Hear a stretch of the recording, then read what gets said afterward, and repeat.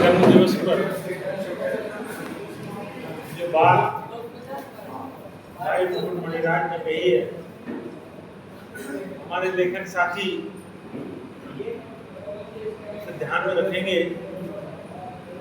मैं भी व्यक्तिगत रूप से चाहता हूँ कि हमारा हाड़ौती का साहित्य वो ऊंचाई पाए, जो ऊंचाई भारत की दूसरी विभिन्न भाषाओं में हमको दिखाई पड़ती है, जो ऊंचाई राजस्थानी भाषा के कुछ लेखकों ने पाई है, उस ऊंचाई तक अगर हमारा हाड़ौती साहित्य नहीं पहुंचता है तो फिर हमारा ये इस तरीके से काम करना निरर्थक जाएगा। हाड़ौती में इन दिनों जिसका उल्लेख इन्होंने भी किया, मैं भी पिछले दिनों ये कहता रहा हूँ कि हमारे यहाँ समीक्षाएं बहुत हो रही, कहानी की, कविता की और दूसरी रचनाओं की समीक्षाएं बहुत हो रही, क्योंकि समीक्षा आपको सहलाती है, समीक्षा लेखक को सहला देती है, लेकिन उसकी कमियों को उजागर नहीं करती, उसकी संभावनाओं को उजागर नहीं करती, वो अपने साहित्य को कहां तक ले जा सकता था इसको उजागर नहीं करती। इसलिए समीक्षा से आगे बढ़कर आलोचना की भी जरूरत है। और हमारे इस क्षेत्र में, हाड़ौती के क्षेत्र में, मेरा मानना है कि आलोचना की का बिल्कुल अभाव है। कमी तो नहीं कहूंगा, बल्कि बिल्कुल अभाव है। आलोचना की अनुपस्थिति में आलोचना हुई नहीं, वही मैं कह रहा हूँ, बिल्कुल अभाव है। हाँ, तो आलोचना का बिल्कुल अभाव है। आलोचना क्या करती है? ये आलोचकों की आलोचना है। आलोचना क्या करती है? आलोचना का काम आपको तराशना है, आपकी कमियों को बताना है, आप में क्या कमी है इसको तराशिए, आपको चमकाना है। अगर हम उस चमकाने से भी डरते हैं तो फिर हम आगे नहीं बढ़ पाएंगे। ये बात मेरे दिल में बहुत दिनों से थी और इस बात को पूरा खुल करके और मुकुट जी ने कहा, मैं अब आगे बढ़ना चाहूँगा। हमारे मित्र आज के विशिष्ट अतिथि अतुल चतुर्वेदी से मैं आग्रह करूँगा कि वे यहाँ आए और आज पढ़ी गई तीनों कहानियों पर और आज की कहानी की जो दशा है और साहित्य की जो स्तर आज चल रहा है, जो दिशा उसने पकड़ी हुई है, उस पर अपनी बात रखें। भाई अतुल जी से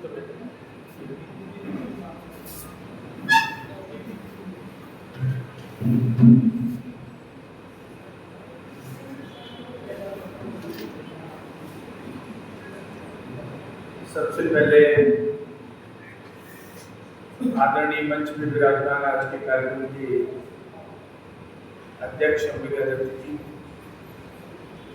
मुख्य अतिथि रमेश चंद्र मीणा साहब, विशिष्ट अतिथि मुकुट मणिराज जी और सामने बैठे हुए सभी लेखक, साहित्यकार, प्रबुद्धजन और जी,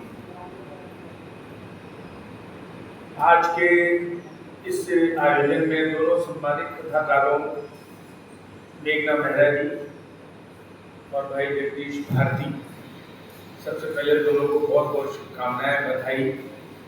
विकल्प की तरफ से उनके कथा लेखन के लिए उनको जो सम्मान मिला है, मेरे को उम्मीद है कि इस सम्मान की लाज वो रखेंगे और निरंतर एक से बेहतरीन, एक से बढ़कर एक कहानियाँ भविष्य में का सृजन करेंगे और देश की कथा साहित्य को समृद्ध करने की भी कोशिश करेंगे।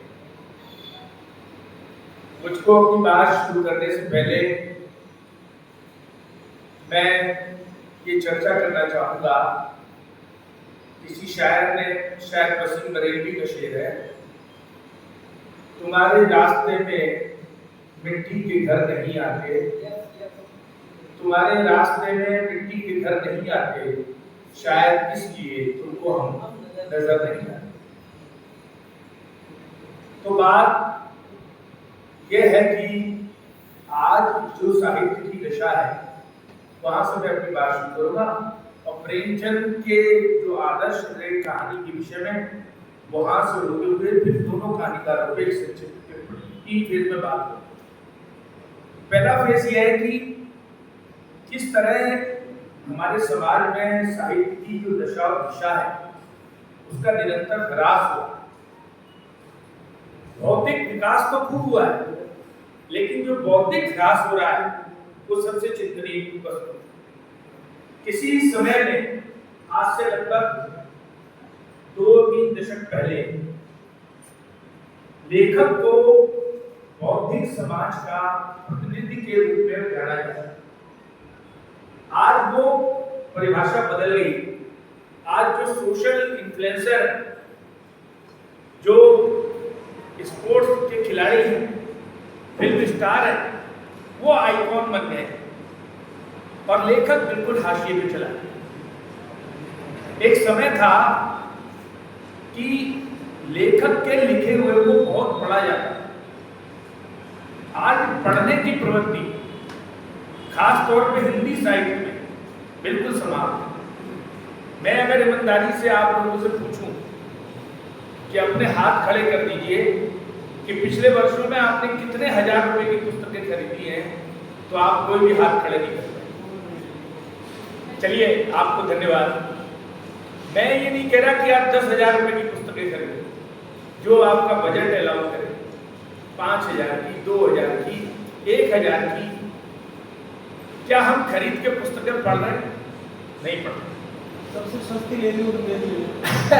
और जो पुस्तकें भेंट में दी जाती हैं उनको तो कभी कोई पढ़ता ही नहीं, मैंने देखा। कभी नहीं पढ़ता। उनको रख दिया जाता है, उसका एक फोटो फेसबुक पर डाल दिया जाता है, ये मेरे को किताब देने आए, मैं इनको किताब देने गया, पढ़ता कोई और बिरले लोग होते जो पढ़ते। तो ये जो पढ़ने की संस्कृति है ये पीछे छूट गई। और हिंदी समाज में सबसे ज्यादा शोचनीय। तो सवाल यह है कि जब पाठक लेखक को पढ़ ही नहीं रहा है, तो फिर राजनीति को, देश को लेखक की चिंता क्यों?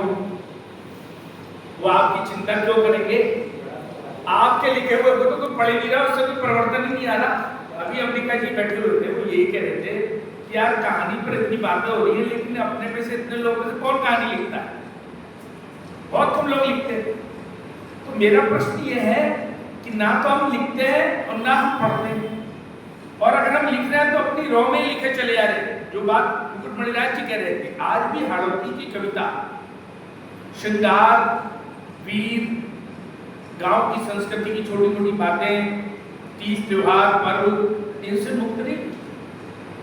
और जिसने मुक्त की, जब जब मुक्त हुई, चाहे वो शांति भारद्वाज राकेश हो, अंबिका दत्त हो, या कुछ रचनाएं मुकुट मणिराज की भी हो, रघुराज सिंह झाड़ा हो, जब जब मुक्त हुई तब तब उस कविता की पहचान हुई। आप देख लीजिए, समसामयिक विषयों पर कविता लिखना अलग बात है, लेकिन जीवन की जो कठोर सच्चाइयां हैं, मनुष्य के मनोजगत की जो विडंबनाएं हैं, उनके ऊपर कविता लिखना है। तो हिंदी साहित्य की स्थिति इसलिए भी खराब है कि हिंदी के लेखक का लिखा हुआ लोक से नहीं आ रहा, उसमें लोक जीवन की ध्वनि है ही नहीं। और जिनमें है, जो रचनाकार जीवन के अनुभवों को लेकर लिखते हैं, उनकी रचनाओं को पढ़ा भी जाता है। उदाहरण के तौर पर मैं ये बात कहना चाहूंगा, एक बार मेरी ज्ञान चतुर्वेदी जी से बात हो रही थी। उन्होंने व्यंग्य के कई उपन्यास लिखे, 8-10 उपन्यास लिखे। तो मैंने उनसे पूछा कि आपने सबसे पहला उपन्यास नरक यात्रा क्यों लिखा? बोले, भाई अतुल, सबसे जो बढ़िया अनुभव होता है वो होता है जो आपके जीवन के सबसे निकट होता है। मैं डॉक्टर था और डॉक्टरों की बदमाशियों को, उनकी धूर्तताओं को, उनकी चालाकियों को, उनके पेशेवर रूप को मैं बहुत करीब से देखा मैंने 20-30 साल। इसलिए पहला उपन्यास डॉक्टरों की उस मनस्थिति, उनकी राजनीति, उनकी शैतानियां, उनकी धूर्तताएं, मरीजों के साथ उनकी व्यवहार, उस पर नरक यात्रा। क्योंकि पहला अनुभव, फर्स्ट हैंड अनुभव तो आपका वही है। दूसरे उपन्यास बोले बाद में मैंने लिखे, वो अलग चीज है, वो मैंने फिर अपने अनुभवों पर जीवन के लिखे। तो क्या हमारे लेखक के जीवन में वे अनुभव हैं या वो लेखक एसी में बैठ के आराम से लिख रहा है। प्रेमचंद लोगों के पास जाते थे, उनके बीच उपस्थित रहते थे। उन्होंने एक बहुत साधारण जीवन जिया और आप देखिए कि उस समय के लेखक की कथनी और करनी में अंतर भी नहीं था। उनने गांधी जी का असहयोग आंदोलन देखा 1920 में और अपनी नौकरी छोड़ दी। वो नौकरी छोड़ दी उन्होंने, जबकि वो जिला शिक्षा अधिकारी के पद पर नियुक्त थे, उस समय इंस्पेक्टर ऑफ स्कूल थे। आज कोई लेखक अपनी नौकरी छोड़ सकता है किसी नेता के आह्वान पर? तो सवाल यह है, लेकिन उस समय के नेताओं का जो व्यक्तित्व था, उस समय के जो राजनेता थे, उनका व्यक्तित्व भी इतना चमत्कारिक था, इतना आकर्षक था, वो इतने विद्वान थे, वो लेखकों के बीच में जाते थे। लोहिया, जयप्रकाश नारायण, नेहरू जी लेखकों के बीच में जाते थे, उनसे संवाद करते थे। आज का कौन नेता किसी लेखक को पढ़ता, बता दीजिए आप। आपकी वैल्यू क्या है? कौन पढ़ रहा है? पाठक ही नहीं पढ़ रहा तो वो क्यों पढ़ेगा? तो अभी बात बड़ी अच्छी गई, हालांकि मजाक की बात है लेकिन कटु सत्य है। अंबिका जी ने कहा कि यार प्रेमचंद जी तो ये कहते थे कि लेखक राजनीति के आगे चलने वाली मशाल है, और मैं देखता हूँ आजकल जो लेखक राजनीति के पीछे पीछे चल। आज आप देखिए कि लेखकों पे गुट हो गए। आधे लेखक सरकार समर्थित है, वो उनके भजन गाते हैं, उनके प्रवक्ता की तरह पोस्ट डाल लेते हैं। भाई वो जंतर मंतर पे इतना बड़ा जैन जी का आंदोलन हुआ तो मैंने तो बैंक में लिखा भी कि मैं उन सब लेखकों की तरफ से खेद प्रकट करता हूं जिनकी रीढ़ की हड्डी गायब है। मैंने ये पोस्ट भी डाला। तो आज लेखक खुद ही बटा हुआ है, वो राजनीति के पीछे जा रहा है, तो कैसे परिवर्तन आएगा? प्रेमचंद तो कह रहे थे कि राजनीति के आगे चलने वाली मशाल, तो ये आपका कितना पराभव, आपको बड़ी चुनौती मिल रही है, कृत्रिम दृश्यता से मिल रही है, आर्टिफिशियल विजुअलनेस से मिल रही है। वो 2 मिनट की रील आती, 1.5 मिनट की, 1 मिनट की रील आती। मैंने देखा हजारों पढ़े लिखे बड़े लोगों को, बस वो दिन में बैठे बैठे रील वो करते थे स्क्रॉल। अब रील स्क्रॉल करने में और एक गंभीर उपन्यास को पढ़ने में बहुत बड़ा अंतर है। जब आप उपन्यास को पढ़ते हैं उसके लिए आपको थोड़ा एकाग्र होना पड़ता है, कहानी पढ़ते हैं उसके लिए थोड़ा मनोयोग जोड़ना पड़ता है। लेकिन उसके फायदे भी, वो पात्र जो आप पढ़ रहे हैं उसका चरित्र धीरे धीरे आपका उतरने लगता है। उसके लिए एक संयम धैर्य की जरूरत पड़ती है। उसके लिए आप कई बार वो पात्र आपको अपने साथ बहा ले जाता है, जिसको हम हिंदी में बोल देते हैं साधारणीकरण की अवस्था हो जाती है। यानी कि प्रमाता का, दर्शक का उस पात्र से तादाद स्थापित हो जाता है। तो वो स्थिति क्या हमारे आज के लेखकों में है? इतनी ताकत है? प्रेमचंद जब लिख रहे थे, देखिए मैं एक तो उनके जीवन की बातें आपको बताऊं, तो उनकी किताब पहली आई सोजे वतन, जो जब्त हुई, 700 कॉपियां उसकी जब्त हो गई और उनको अंग्रेज कलेक्टर ने बुला लिया और कहा कि शुक्र करो तुम अंग्रेजी राज के लेखक हो, इसमें काम कर रहे हो नौकरी करते हुए। अभी मुगल काल में होते ना तो तुम्हारे हाथ काट के डाल दिया। ये शब्द तो आप पढ़ लीजिएगा प्रेमचंद घर में, शिवानी की जो बेटी है शिवराज उसकी, और कलम का सिपाही प्रेमचंद अमृत राय, दोनों पुस्तकों से उनके जीवन के बारे में उल्लेख मिलता है।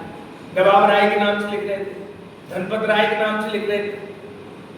और जब सब कुछ नहीं चला उनका बस, तो उन्होंने मुंशी दयानारायण निगम को एक चिट्ठी लिखी, शायद 1910 के आसपास की बात, और लिखा कि भाई ये तो मेरा रोज का धंधा है कहानी उपन्यास लिखना, इसलिए मेरा काम इस नौकरी के इनके साथ नहीं चलने वाला है। मेरे को लग रहा है कि आगे पीछे मेरे को छोड़नी पड़ेगी, और इसलिए मैं अपना नाम भी बदल रहा हूं और प्रेमचंद के नाम से लिख। आप देखेंगे कि मुंशी प्रेमचंद के लगभग 15 उपन्यास और 300 के ऊपर कहानियां हैं जो मानसरोवर के 8 खंडों में। उन 15 उपन्यासों में 7वें उपन्यास रंगभूमि तक वो उर्दू में लिखते रहे।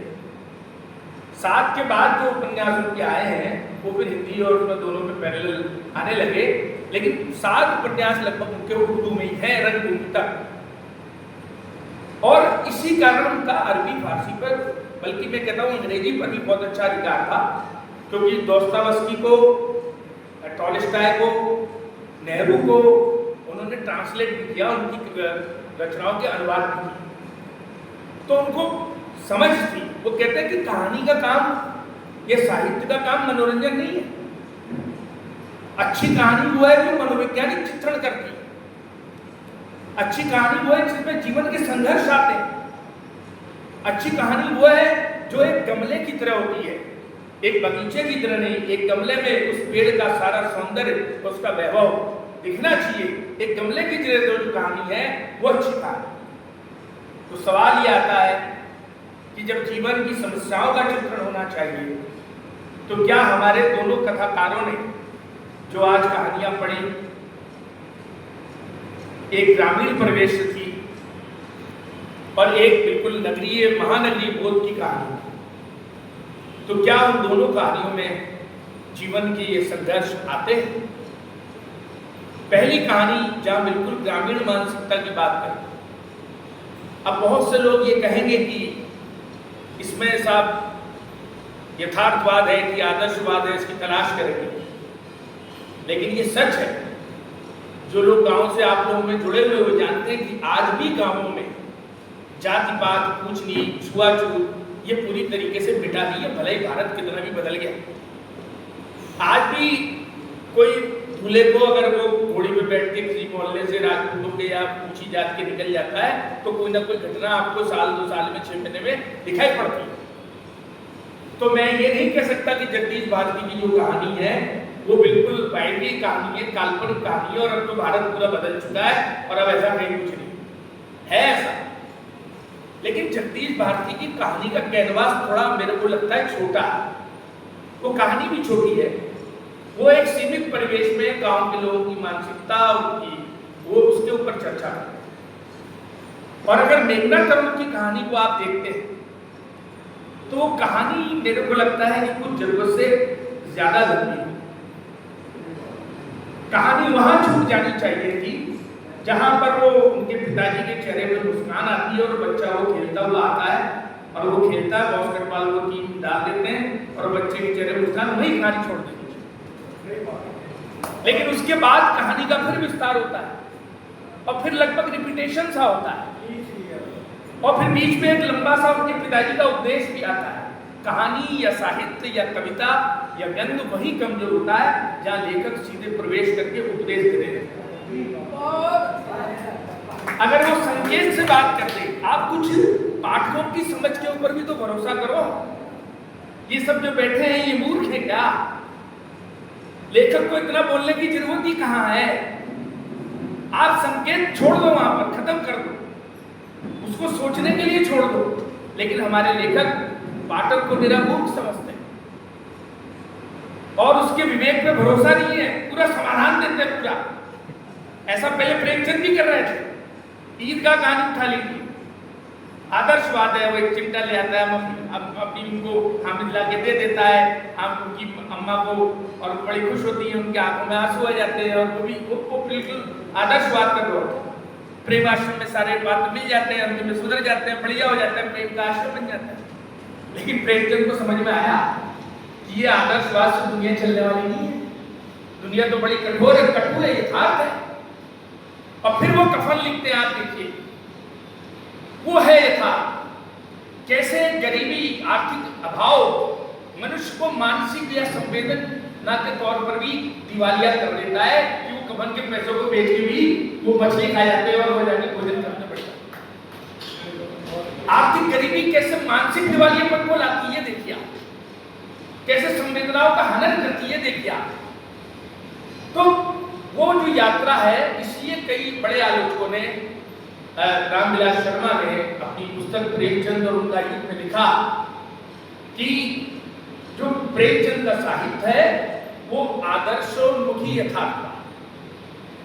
और जब 1936 में जब उनकी डेथ हुई, जब वो गोदान लिख चुके थे, मंगलसूत्र लिख रहे थे आधा और कफन कहानी लिख रहे थे, तो वो इस चीज को समझ गए, लिखते लिखते बन गया, वो समझ गया और उसकी रात में कोई समाधान नहीं देते। नई कहानी का वो ट्रेंड है, कहा जाता है कि नई कहानी की शुरुआत उसकी रात से, वहां वो हल्कू को वही सोता छोड़ देते हैं और जानवरों को वही चरने के लिए छोड़ देते हैं, वो कंक्लूजन नहीं देते। कंक्लूजन देना लेखक का काम नहीं, लेखक का काम है संकेत में छोड़ दे। और दूसरी बात, अगर मेघना तरुण जी की बात पर मैं करूं और उनका बच्चा वो बास्केट डाल देता है, खेल लेता है, वहां कहानी छूटती, तो कहानी एक सकारात्मक संदेश भी दे रही होती, ऑप्टिमिस्टिक कहानी, और ला के हमने उसको फिर वापस मोबाइल में लिंक कर दिया। कुछ लोग कह रहे थे ये व्यंग है, मेरे को तो वो व्यंग नहीं समझ में आया, विडंबना समझ में आई, आयरनी समझ में आई। मेरे को लगता है कि वो कहानी बहुत निराशावादी को देती है, हालांकि यथार्थ के ज्यादा करीब ये हाल है, लेकिन वो भी यथार्थ के करीब है। लेखक का सामाजिक दायित्व भी कुछ है कि वो क्या संदेश देना चाहता है, लेकिन भाषा की दृष्टि से, वातावरण चित्रण की दृष्टि से, सांकेतिक सिंबल में बात कहती है वो शरद ऋतु के, उसमें बहुत बढ़िया तरीके से उन सारे दृष्टिकोणों से, सारे पैमानों से अगर हम देखते हैं तो मेघना तरुण जी की कहानी थोड़ी 20 है और जगदीश जी की कहानी थोड़ी 19 है। दोनों कहानियों का प्रवेश भी अलग है, कलेवर भी अलग है, लेकिन मेरे को लगता है कि अगर मेघना तरुण जी कुछ बड़े लेखकों को पढ़े, संजीव को पढ़े, उदय प्रकाश को पढ़े, रत्न कुमार सांवरिया को दलित साहित्य के लिए पढ़े, अगर बड़े लेखकों को पढ़े, कुछ अच्छे लेखकों को पढ़े समकालीन, तो उनकी कहानी के लिए बहुत ऊंचाइयों हो सकती है, उनमें बहुत बहुत संभावना है और उनको एक अच्छी कहानी के लिए मिसाल है। मित्रों, हम सब लोग यहाँ एकत्र हुए हैं, मेरी आपसे यही गुजारिश है कि आज पूरे देश में, पूरी दुनिया में जो हिंदी साहित्य की प्रगति हो रही है, उसकी तरफ हम सब कुछ संकल्पबद्ध हो। अंग्रेजी के साहित्य की पढ़ने की गति इतनी तेज है, और आप एक बात और समझिए, मैं यहाँ जोड़ रहा हूँ, आपका जो प्रबुद्ध वर्ग है, पाठक वर्ग है, वो सब शिफ्ट हो गया है अंग्रेजी की साहित्य को पढ़ने के लिए। जितना अंग्रेजी साहित्य अमेरिका ब्रिटेन में नहीं पढ़ा जाता, उससे ज्यादा अंग्रेजी साहित्य भारत में पढ़ा जाता है। इसीलिए कि जो दो कौड़ी के लेखक है, चेतन भगत जैसे, ए सूटेबल बॉय, जो एक girlfriend, half girlfriend, full girlfriend, क्या लिख रहे हैं वो भगवान जाने, उनकी लोकप्रियता बढ़ गई। अमीश त्रिपाठी वो ट्रायोलॉजी पूरी लिख देता है, उस पर पढ़ी जाए, लेकिन हमारे यहाँ जो एक से बड़े लेखक हैं, चाहे उदय प्रकाश हो, चाहे कुछ ही लेखक हैं जो बड़े अंतर्राष्ट्रीय पैमाने को छू पाए, उनकी कहानियों को भी इतना ज्यादा नहीं पढ़ा। अंग्रेजी साहित्य का जो वर्चस्व है और जो सोशल मीडिया का वर्चस्व है, इससे आपको मुक्त पाना है तो आपको वो साहित्य लिखना पड़ेगा जो लोक का साहित्य हो, आम जीवन का साहित्य हो, मनुष्य की पीड़ाओं का चित्रण करता हो, जिसमें लोक ध्वनित होता हो, तभी आप लोक की स्मृति में सुरक्षित रह पाएंगे। अन्यथा उस लेखन का कोई फायदा नहीं जिसको आप पढ़ें, मैं तारीफ करूं, मैं पढ़ूं, आप तारीफ करें और इसके आगे उसका विस्तार ना हो। नमस्कार।